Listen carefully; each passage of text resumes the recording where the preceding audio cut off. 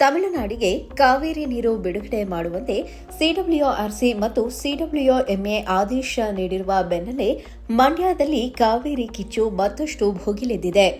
ಜಿಲ್ಲೆಯಾದ್ಯಂತ ಇಂದು ರೈತ ಸಂಘದ ಸಾವಿರಾರು ಮಂದಿ ರೈತರು ಬೀದಿಗಿಳಿದು ಪ್ರತಿಭಟನೆ ನಡೆಸಿ ಆಕ್ರೋಶ ಹೊರಹಾಕಿದ್ರು. ರೈತ ಸಂಘದ ಹೋರಾಟಕ್ಕೆ ಕನ್ನಡಪರ ಸಂಘಟನೆಗಳು ಬೆಂಬಲ ನೀಡಿದ್ರು. ಅರ್ಧ ಗಂಟೆಗೂ ಹೆಚ್ಚು ಕಾಲ ಬೆಂಗಳೂರು ಮೈಸೂರು ರಾಷ್ಟ್ರೀಯ ಹೆದ್ದಾರಿ ತಡೆದು ಪ್ರತಿಭಟನೆ ನಡೆಸಿ ಆಕ್ರೋಶ ಹೊರಹಾಕಿದ್ರು. ಸಿಡಬ್ಲ್ಯೂಆರ್ಸಿ ಆದೇಶವನ್ನು ಯಾವುದೇ ಕಾರಣಕ್ಕೂ ರಾಜ್ಯ ಸರ್ಕಾರ ಪಾಲಿಸಬಾರದು, ತಕ್ಷಣವೇ ನದಿಗೆ ನೀರನ್ನು ಬಿಡಬಾರದು ಎಂದು ಆಗ್ರಹಿಸಿದ್ರು. ರೈತರ ಹೋರಾಟದಲ್ಲಿ ಸಾರಾ ಗೋವಿಂದ್ ಹಾಗೂ ಕರವೇ ಶಿವರಾಮೇಗೌಡ ಭಾಗಿಯಾಗಿ ರೈತರ ಹೋರಾಟಕ್ಕೆ ಬೆಂಬಲ ನೀಡಿದ್ರು. ಈ ವೇಳೆ ಮಾತನಾಡಿದ ಸಾರಾ ಗೋವಿಂದ್, ನಾಳಿನ ಕರ್ನಾಟಕ ಬಂದ್ಗೆ ಬೆಂಬಲ ಇಲ್ಲ ಎಂದು ಸಾರಾ ಗೋವಿಂದ್ ಸ್ಪಷ್ಟಪಡಿಸಿದ್ರು. ಯಾರು ಬಂದ್ ಮಾಡ್ತಾರೋ ಅವರು ಮಾಡಲಿ, ನಾವು ಬಂದ್ನಲ್ಲಿ ಭಾಗಿಯಾಗುವುದಿಲ್ಲ. ಹಿಂದೆ ನಾವೇ ಬಂದ್ಗೆ ಕರೆ ನೀಡಿದ್ದು. ಆ ವೇಳೆ ಮಳೆ ಚೆನ್ನಾಗಿ ಆಯಿತು, ಡ್ಯಾಂಗೂ ಚೆನ್ನಾಗೂ ನೀರು ಬಂತು, ಸಮಸ್ಯೆಗಳು ಬಗೆಹರಿಯಿತು. ಹೀಗಾಗಿ ನಾವು ಬಂದ್ಗೆ ಬೆಂಬಲ ಕೊಡುತ್ತಿಲ್ಲ ಎಂದರು. ಇವತ್ತು ಮಂಡ್ಯ ಜಿಲ್ಲಾ ರೈತರ ಸಂಘದ ಹಾಗೂ ಪ್ರಗತಿಪರ ಸಂಘಟನೆಗಳ ಹೋರಾಟಕ್ಕೆ ಬೆಂಬಲವನ್ನು ಕೊಡಬೇಕು, ಅವ್ರ ಜೊತೆ ನಾವೆಲ್ಲರೂ ನಿಲ್ಲಬೇಕು ಅಂತ ಹೇಳಿ ನಾನು ಮತ್ತು ಶಿವರಾಮೇಗೌಡರು ಬೆಂಗಳೂರು ನಗರದಿಂದ ಬಂದು ಅವರಿಗೆ ಒಂದು ಶಕ್ತಿ ತುಂಬುವಂಥ ಕೆಲಸವನ್ನು ಮಾಡ್ತಾ ಇದ್ದೀವಿ. ಈಗ 10-12 ದಿನಗಳ ಹಿಂದೆ ಒಂದು ಅವೈಜ್ಞಾನಿಕವಾದಂಥ ತೀರ್ಪಂತು. ಕಾವೇರಿ KRSನಲ್ಲಿ ನೀರು ಇರಲಿ ಇಲ್ಲದೆ ಹೋಗಲಿ, ಒಂದು ದಿನಕ್ಕೆ 3,500 ಕ್ಯೂಸೆಕ್ಸ್ ನೀರನ್ನು ಬಿಡಬೇಕು ಅಂತ ಒಂದು ಅವೈಜ್ಞಾನಿಕವಾದಂಥ ತೀರ್ಪನ್ನು ನ್ಯಾಯಮಂಡಳಿ ಕೊಡ್ತು. ಅದಾದ ಮೇಲೆ ನಮ್ಮ ಸರ್ಕಾರ ಮೇಲ್ಮನವಿಯನ್ನು ಸಲ್ಲಿಸ್ತು. ಅಲ್ಲೂ ಕೂಡ ನಮಗೆ ಸೋಲಾಯಿತು. ಇವರೇನು ತಮಿಳುನಾಡಿನ ಪರವಾಗಿ ವಕಾಲತ್ತನ್ನು ವಹಿಸ್ತಾ ಇದ್ದಾರಾ? ಇವರು ಅವೈಜ್ಞಾನಿಕವಾದಂಥ ತೀರ್ಪನ್ನು ಕೊಡೋದಕ್ಕೆ ಮುಂಚೆ ಏನು ಮಾಡಬೇಕಾಗಿತ್ತು? KRS, ಕಬಿನಿ, ಹಾಗೆ ಹಾರಂಗಿ ಮತ್ತು ತುಂಗಭದ್ರಾ ಅಣೆಕಟ್ಟುಗಳಿಗೆ ಭೇಟಿಯನ್ನು ಕೊಟ್ಟ ಒಂದು ನಿಯೋಗವನ್ನು ಕಳಿಸಿ ಸತ್ಯಾಸತ್ಯತೆಯನ್ನು ತಿಳ್ಕೊಂಡು ಆಮೇಲೆ ಒಂದು ತೀರ್ಪನ್ನು ಕೊಡಬೇಕಾಗಿತ್ತು. ಅದನ್ನು ಕೊಡಲಿಲ್ಲ. ನೀರು ಇರಲಿ ಇಲ್ಲದೆ ಹೋಗಲಿ, ನೀರು ಬಿಡಬೇಕು ಅಂತ ಹೇಳಿದರು. ಅವತ್ತು ನಾವೆಲ್ಲ ಸೇರಿ ಇದೇ 13ನೇ ತಾರೀಕು ಕರ್ನಾಟಕ ಬಂದ್ಗೆ ಕರೆ ಕೊಟ್ಟು, ಆದರೆ ಅನಿರೀಕ್ಷಿತವಾಗಿ ಪ್ರಕೃತಿ ನಮ್ಮ ಪರವಾಗಿ ಒಲ್ದು ಧಾರಾಕಾರವಾಗಿ ಮಳೆ ಬಂದಿದ್ದರಿಂದ ನೀರು ತಾನಾಗಿ ಹರಿದೋಯ್ತು. ಆಗ ನಾವು ಆ ಬೆಂಗಳೂರು ಬಂದನ್ನು ಕೈ ಬಿಟ್ಟು ಈಗಲೂ ಕೂಡ ಬೆಂಗಳೂರು ನಗರ ಬಂದ್ಗೆ ಕರ್ನಾಟಕ ಬಂದ್ಗೆ ನಾವಿಲ್ಲ. ಆದರೆ ಪದೇ ಪದೇ ಕರ್ನಾಟಕದ ಮೇಲೆ ನಿಮ್ಮ ದಬ್ಬಾಳಿಕೆ ಆದರೆ ನಾವೇನು ಕರ್ನಾಟಕದ ಜನ, ಅದರಲ್ಲೂ ನನ್ನ ರೈತ ಬಾಂಧವರು ಗುಲಾಮ್ರ, ನೀವು ಹೇಳ್ದಂಗೆ ಕೇಳೋದಕ್ಕೆ ನಾವು ಗುಲಾಮ್ರ, ಅದಾಗೋದಿಲ್ಲ. ನಿನ್ನೆ ಒಂದು ತೀರ್ಪನ್ನು ಹೊರಡಿಸಿದ್ದೀರ, 12,000 ಕ್ಯೂಸೆಕ್ಸು 15 ದಿನ ಬಿಡಬೇಕು ಅಂತ. ನಿಮ್ಗೇನಾದರೂ ಮಾನ ಮರ್ಯಾದೆ ಏನಾದರೂ ಇದೆಯಾ? 12,000 15 ದಿನ ಅಂದರೆ ಎಷ್ಟಾಯಿತು? ಸುಮಾರು 15 TMC ನೀರಾಯಿತು. ಇಲ್ಲಿ ಎಲ್ಲಿದೆ ನೀರು? ಇವತ್ತು ನಾನು ರಾಜ್ಯ ಸರ್ಕಾರವನ್ನು ಒತ್ತಾಯ ಮಾಡ್ತಾ ಇದ್ದೀನಿ, ಯಾವುದೇ ಕಾರಣಕ್ಕೂ ನೀವು ನೀರನ್ನು ಬಿಡಬೇಡಿ. ನೀವು ಒಂದು ತಜ್ಞರ ಒಂದು ಸಮಿತಿಯ ಜೊತೆ ಚರ್ಚೆ ಮಾಡಿ ಸುಪ್ರೀಂ ಕೋರ್ಟ್ಗೆ ಮನವಿ ತೋರಿಸಿ. ಮತ್ತೆ ಇದರ ಜೊತೆಗೆ ಮೇಕೆದಾಟ ಆಗಬೇಕು, ಮಹದಾಯಿ ಯೋಜನೆ ಆಗಬೇಕು, ಕಳಸಾ ಬಂಡೂರಿ ಆಗಬೇಕು. ಇವೆಲ್ಲವೂ ಕೂಡ ಕರ್ನಾಟಕಕ್ಕೆ ಅನ್ಯಾಯವಾಗ್ತಾ ಇದೆ. ಕೇಂದ್ರ ಸರ್ಕಾರ, ನಾನು ಇವತ್ತಿಂದ ನೋಡ್ತಾ ಇಲ್ಲ, ಸುಮಾರು 35-40 ವರ್ಷದಿಂದ ನೋಡ್ಕೊಂಡು ಬಂದಿದ್ದೀನಿ. ಕರ್ನಾಟಕವನ್ನು ಕಡೆಗಣಿಸ್ಕೊಂಡೇ ಬಂದಿದ್ದಾರೆ. ಎಲ್ರಿಗೂ ನಾನು ಕೇಳ್ತಾ ಇದ್ದೀನಿ, ಭಾರತದ ಭೂಪಟದಲ್ಲಿ ಕರ್ನಾಟಕ ಇಲ್ವಾ? ಯಾಕೆ ಅನ್ಯಾಯ ಮಾಡ್ತಾ ಇದ್ದಾರೆ ಕರ್ನಾಟಕಕ್ಕೆ? ಆರಿಸೋಗಿರೋಂಥ ಸಂಸದ್ರೆ ನರ್ಸಂತದ್ದು ಅವರು.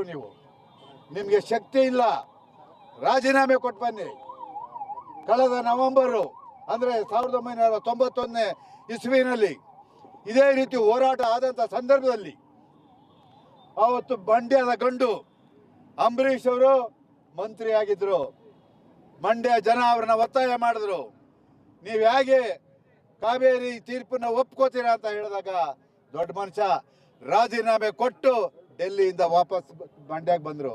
ಅಂತ ಒಂದು ಶಕ್ತಿಯನ್ನ ಇವತ್ತು ನೀವು ಪ್ರದರ್ಶನ ಮಾಡ್ರಿ. ಜೋಶಿ ಅವರೇ, ಶೋಭಾ ಕರಂದ್ಲಾಜೆ ಅವರೇ, ಯಾರ್ಯಾರು ಇದ್ದೀರೋ ಎಲ್ರಿಗೂ ಹೇಳ್ತೀನಿ, ಕಾವೇರಿಗೆ ಅನ್ಯಾಯವಾಗಿದೆ, ನಾವು ರಾಜೀನಾಮೆ ಕೊಡ್ತೀವಿ ಅಂತ ನೀವು ಹೇಳ್ರಿ ನೋಡೋಣ, ತಾಕತ್ತಿದ್ರೆ ದಮ್ಮಿದ್ರೆ ಅದು ಮಾಡೋದಿಲ್ಲ. ಖಂಡಿತ ಮಳೆ ಬಂತು ಹೋಯ್ತು, ಆದ್ರೆ ಅವತ್ತು ನಾವು ಬಂದನ್ನ ವಾಪಸ್ ಪಡೆದ್ವಿ. ಈಗ ಮತ್ತೆ ಅದೇ ತೀರ್ಪನ್ನ ಕೊಟ್ಟಿದ್ದಾರೆ. ಹಾಗಾಗಿ ಸಮಯ ಮತ್ತೊಂದು ಎಲ್ಲವೂ ಬೇಕು. ಹಾಗಾಗಿ ಈಗ ನಾಳೆ ಕರೆದಿರುವಂತ ಬಂದ್ಗೆ ನಾವ್ಯಾರು ಇದು ಮಾಡ್ತಾ ಇಲ್ಲ, ಮಾಡೋರ್ಗೆ ನಾವ್ಯಾರು ಬೇಡ ಅನ್ನಲ್ಲ. ಖಂಡಿತವಾಗಿ ಇವತ್ತೇನಾಗಿದೆ ಅಂದ್ರೆ, ಯಾಕೆಂತ ಹೇಳಿದ್ರೆ ಇಲ್ಲ, ಹೌದು ಅದಾಗ್ತಿತ್ತು. ಮಧ್ಯದಲ್ಲಿ ಪರಿಸ್ಥಿತಿ ತಿಳಿಯಾಗಿದ್ರಿಂದ ವಾಪಸ್ ತಗೊಂಡ್ವಿ. ಅದಕ್ಕೆ ಸಮಯ ಕಾಲಾವಕಾಶ ಬೇಕು. ಅದನ್ನ ಮುಂದಿನ ದಿನಗಳಲ್ಲಿ ಮೇಕೆದಾಟು ಕಾವೇರಿ ಎರಡನ್ನೂ ಇಟ್ಕೊಂಡು ಹೋರಾಟ ಮಾಡ್ತೀವಿ ಅಂತಕ್ಕಂಥ ಮಾತನ್ನ ಹೇಳ್ತಾ, ಇಲ್ಲ ಇಲ್ಲ ನೋಡಿ,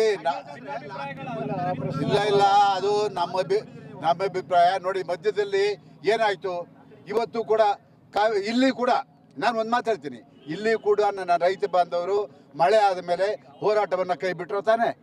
ಅವರೇ ನಮ್ಗೆ ಹೇಳಿದ್ರು, ಈ ಮಳೆ ಬಂದಿದೆ, ಎಲ್ಲ ಆಗಿದೆ, ಈಗ ನಾಲೆಗಳಿಗೆ ನೀರು ಬಿಟ್ಟಿದ್ದಾರೆ ಅಂತ ಹೇಳಿದ ಮೇಲೆ ನಾವು ತಗೊಂಡು ನಾವು ಹೇಳ್ತೀವಿ, ನಾವ್ಯಾರೂ ಕೂಡ ಬಂದ್ಗೆ ವಿರೋಧ ಅಲ್ಲ, ಮಾಡೋರನ್ನ ನಾವು ಮಾಡಬೇಡಿ ಅಂತ ಹೇಳಲ್ಲ. ಯಾಕೆ ಅಂತ ಹೇಳಿದ್ರೆ ನಾವು ಒಂದು ಮಾತು ಕೊಟ್ಟಿದ್ದೀವಿ, ಜನ ನಮ್ಮನ್ನು ಕೇಳಿದ್ರು ನೀರು ಬಂದಿದೆ ಈಗ ಯಾಕೆ ಸರ್ ಅಂದಾಗ ನಾವು ಸಮರ್ಥಿಸ್ಕೊಂಡು. ಆದರೆ ಇವತ್ತು ನಿನ್ನೆ ಕೊಟ್ಟಂಥ ತೀರ್ಪು ನಮಗೆ ಸಮಯ ಇಲ್ಲ. ದಯವಿಟ್ಟು ಎಲ್ಲರೂ ಅರ್ಥ ಮಾಡ್ಕೊಳ್ಳಿ. ನಾವು ಯಾವತ್ತೂ ಕೂಡ ಕಾವೇರಿ ಆಗಿರ್ಬೋದು, ನೆಲ ಜಲ ಭಾಷೆ ಇವಕ್ಕೆಲ್ಲ ಯಾವತ್ತೂ ಹಿಂದೆ ಹೋಗಲ್ಲ.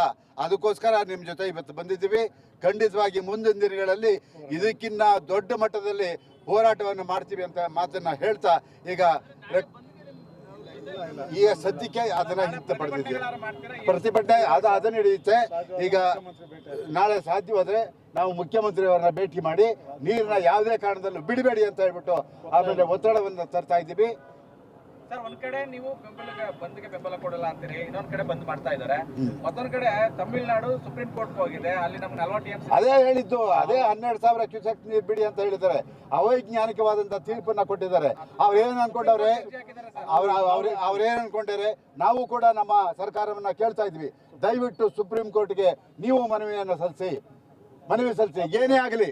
ನೋಡಿ ಸರ್, ನಾವು ಹೇಳ್ತೀವಿ, ನಾನು ಅವತ್ತಿಂದ ನೋಡ್ಕೊಂಡು ಬಂದಿದ್ದೇನೆ, ಒಂದಲ್ಲ ಒಂದು ಹಂತದಲ್ಲಿ ಕರ್ನಾಟಕಕ್ಕೆ ಅನ್ಯಾಯ ಆಗ್ತಾನೆ ಇದೆ. ಇದನ್ನ ನಾವೆಲ್ಲ ನೋಡ್ಕೊಂಡು ಬಂದಿದ್ದೀವಿ. ಈಗ ನಮ್ಮನ್ನ ನೀವು ಪ್ರಶ್ನೆ ಮಾಡ್ತಿರಲ್ಲ, ಇದೇ ಮಾತನ್ನ ನಮ್ಮನ್ನ ಆಳುವಂತ ಜನ, ಸಂಸದರು 28 ಜನ ಹೋಗಿದ್ದೀರಲ್ಲ, ಮಂತ್ರಿಗಳಿದಾರಲ್ಲ, ಅವರ ಏನ್ ಮಾಡ್ತಾ ಇದ್ದಾರೆ?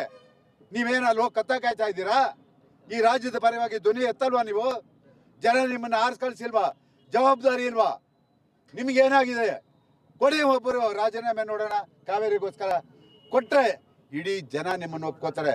1991ರಲ್ಲಿ ಬಂಗಾರಪ್ಪನವರು ಮುಖ್ಯಮಂತ್ರಿ ಆಗಿದ್ದಾಗ ನೀರಿಲ್ಲ ಅಂತ ಹೇಳಿ ಸುಗ್ರೀವಾಜ್ಞೆ ಹೊರಡಿಸಿದ್ರು.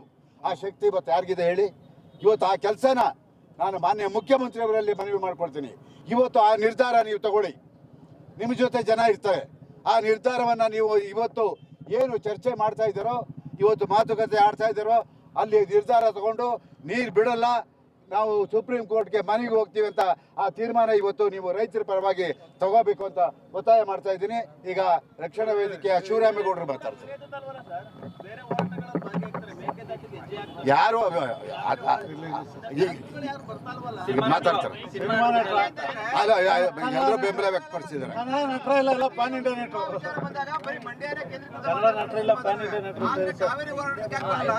ಇಲ್ಲ, ಈಗ ನೋಡಿ, ಅದು ಅಂಬರೀಷು, ರಾಜ್ಕುಮಾರ್ ಇವರಿದ್ದಾಗ ಒಂದು ನಿಮಿಷ ನಾನು ಹೇಳ್ತೀನಿ. ಅವತ್ತು ಕರ್ನಾಟಕ ಚಲನಚಿತ್ರ ವಾಣಿಜ್ಯ ಮಂಡಳಿ ಸಭೆಯನ್ನು ಕರೆದು ಈ ಹೋರಾಟದಲ್ಲಿ ನಾವು ಸಂಪೂರ್ಣವಾಗಿ ಭಾಗವಹಿಸ್ತೀವಿ ಅಂತ ಹೇಳ್ಬಿಟ್ಟು ಅವ್ರು ಈಗಾಗಲೇ ಪತ್ರಿಕಾಗೋಷ್ಠಿಯನ್ನು ಮಾಡಿ ಹೇಳಿದಾರಲ್ವಾ? ಈಗ ಹಿಂದೆ ಅಲ್ಲ, ಮೊನ್ನೆ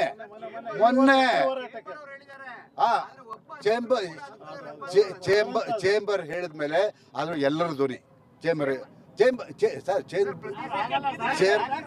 ನಾನು ಹೇಳೋದು ಬರಬೇಕು. ಅಲ್ಲಲ್ಲ, ಅವರ ನೈತಿಕತೆ ಇದ್ರೆ, ಅವ್ರಿಗೆ ಈ ರಾಜ್ಯದ ಈ ಭಾಷೆ, ಈ ನೆಲ ಜಲದ ಮೇಲೆ ಗೌರವ ಇದ್ರೆ ಯಾರು ಹೇಳಿಸ್ಕೋಬಾರ್ದು. ಈ ಹೋರಾಟಕ್ಕೆ ತಾನಾಗಿ ಬಂದರೆ ದೊಡ್ಡ ಮನುಷ್ಯ ಆಗ್ತಾರೆ. ಇವತ್ತು ಅಂಬರೀಷ್ ಅವರಾಗ್ಲಿ ಇನ್ನೊಬ್ಬರಾಗ್ಲಿ ಹೇಳಿಸ್ಕೊಂಡು ಬರ್ತಾ ಇದ್ರ? ಇಲ್ಲ, ಇವತ್ತು ಅವರಲ್ಲೂ ಕೂಡ ಆ ಮನೋಭಾವನೆ ಬರಬೇಕು. ಕರ್ಸಿ ಹೇಳಿ ಮಾಡಿ ಔತಣ ಅಲ್ಲ ನಾವು ಮಾಡ್ತಾ ಇರೋದು. ಅವ್ರು ಬರಬೇಕು.